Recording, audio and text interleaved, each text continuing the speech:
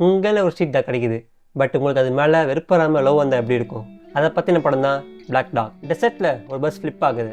அப்போ அந்த கூட்டத்தில் 10 வருஷமாக ஒருத்த ஜெயிலிருந்து வெளியே வந்தவனும் இருக்கான். அவன் தான் ஸ்டண்ட் ரைடர் லாங், நம்ம படத்தோட ஹீரோ. ஒரு டைமில் சூப்பர் ஸ்டாராக இருந்த அவன் இப்போ ஒரு கொலகாரன். அவன் திரும்ப ஊருக்கு வந்தப்போ ஊர் மொத்தமாக மாறி போயிடுச்சு. எல்லா மக்களும் அந்த ஊரை விட்டு போயிட்டு இப்போ வெறும் ஸ்ட்ரீட் டாக்ஸ் மட்டும்தான் அந்த ஊருக்குள்ளே இருக்குது. அவங்க அப்பா நடத்துல ஜூ க்ளோஸ் ஆனதால் அவர் குடிக்க அடிமையாகிட்டாரு. இன்னொரு பக்கம் அவங்க சிஸ்டர் வேறு ஊரில் ஃபைனான்சியலாக ஸ்ட்ரகிள் ஆகிட்டுப்பாங்க.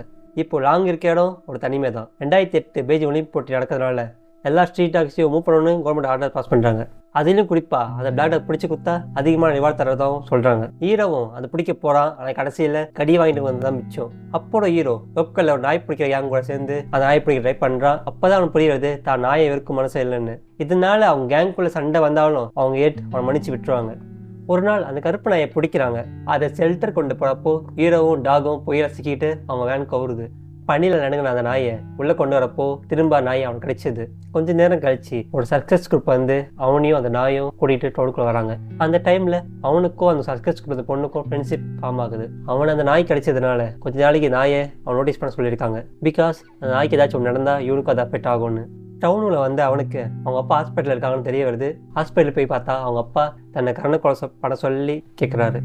கொஞ்ச நாள் கழிச்சு அவனை கிட்னாப் பண்ணுறாங்க. யாருன்னு பார்த்தா 10 வருஷம் முன்னாடி ஒருத்தர் கொலை பண்ணால அவனோட அங்கிள் தான் இவனை கிட்னாப் பண்ணியிருக்காரு.